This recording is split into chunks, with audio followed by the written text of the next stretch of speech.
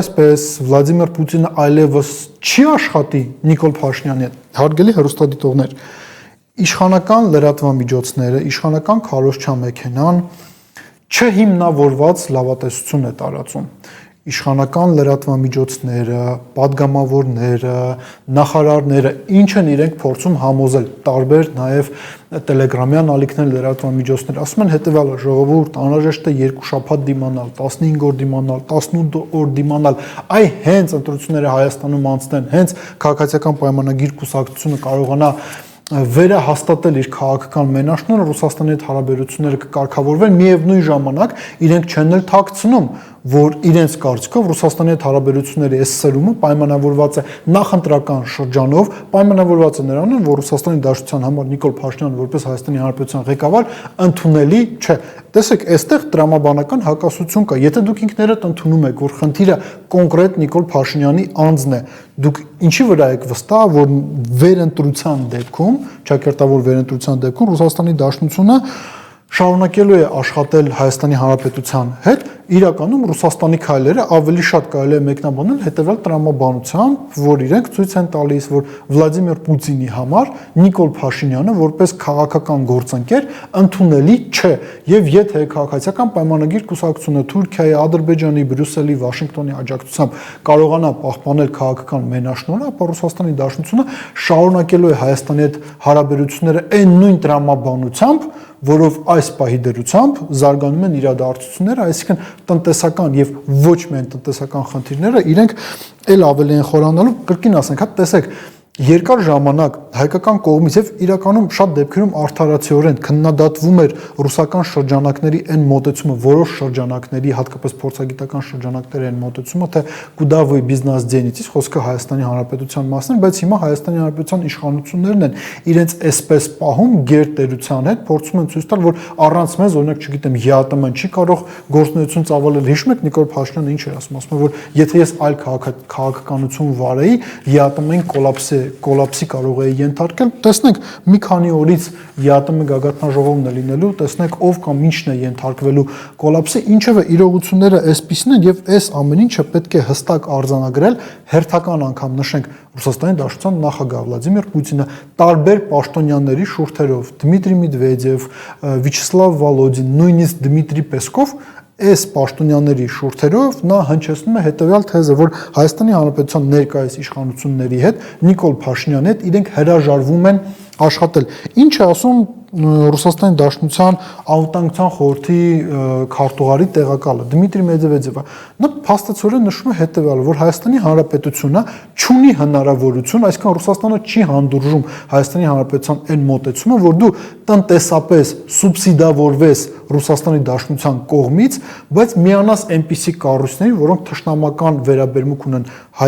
Ռուսաստանի Դաշնությանը, որոնք իրականում նաև թշնամական են Հայաստանի Հանրապետության համար, քանիցս ասել ենք Նիկոլ Փաշինյանի գործողությունների վերջնակետը ոչ թե Եվրամիությանը միանալն է, այլ վերջնակետը թուրքական աշխարհ մտնելն է, այս թուրքական աշխարհը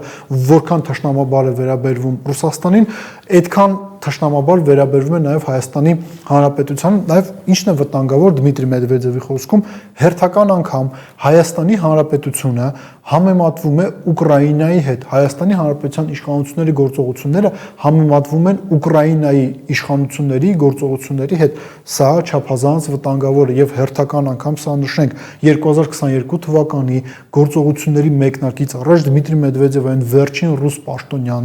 պաշտոնյաներից էր առնվազն, որը ծավալուն հոդվածով հանդես եկավ եւ ներկայացրեց Ռուսաստանի մոտեցումները ուկրաինական ճգնաժամի եւ Ուկրաինայի հետ հարաբերությունների վերաբերյալ։ Սա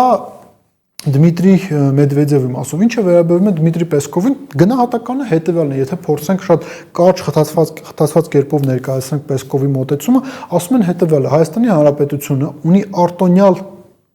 արտոնյալ հարաբերություններ Ռուսաստանի Դաշնության հետ, մասնավորապես էներգակիրների մատակարարման առումով Հայաստանը շարունակում է ստանալ աննախադեպ ցածր գներով ռուսական էներգակիրներ, բայց եթե Հայաստանը ինչ-ինչ հանգամանքներից ելնելով դադարեցնում է իր մասնակցությունը ԵԱՏՄ-ին, ապա այդ արտոնյալ պայմաններով էներգակիրների գնումը անհնար է դառնում։ Այսինքն Ինչ է ասվում Ռուսաստանի իշխանությունների կողմից, որոնք նաև հստակ նշում են, որ իրենց դաշնակիցը Դմիտրի Մեդվեդևի խոսքում դա առանձնահատուկ կերպով շեշտված էր, հայ ժողովուրդն է, այլ ոչ թե ժամանակավոր այս կամ այն պաշտոնյան։ Իրենք ասում են հետևյալ, իրենք կոչ են անում հայ ժողովրդին, Հայաստանի Հանրապետության քաղաքացիներին պատասխանատվությունը վերցնել իրենց վրա, պատասխանատվությունը իրենց երկրի ապագայի համար, մեր երկրի ապագայի համար եւ մեր երկրի աշխարհաքաղաքական նաև կուրսի վերաբերյալ։ Ինչևէ, ամփոփելով մեր այսօրվա զրույցը, մենք պետք է նշենք հետևյալը. Հայաստանի Հանրապետության տարածքում, Հայաստանի Հանրապետությունում իշխանություն ձևավորելու լեգիտիմ հնարավորություն ունի ընդամենը մեկ սուբյեկտ՝ Հայաստանի Հանրապետության քաղաքացիներն են, բայց երբ որ դու ձևավորում ես իշխանություն, դա պետք է անել պատասխանատու կերպով, հասկանալով, թե այս կամ այն քաղաքական գործչի իշխանության գալու պարագայում Հայաստանը տնտեսական առումով, քաղաքական առումով, անվտանգային առումով ինչ հնարավորություններ է ունենում եւ ինչ ռիսկեր է ունենում։ Հետևաբար ցանկացած անձ, որ գնալու է ամսի 7-ին, հունիսի 7-ին ընտրատեղամաս, ինքը ընտրություն կատարելիս պետք է հենց այս տրամաբանությամբ առաջնորդվի, բայց տեսնելով այն խնդիրները, որոնք մենք ունենք Ռուսաստանի հետ հարաբերություններում,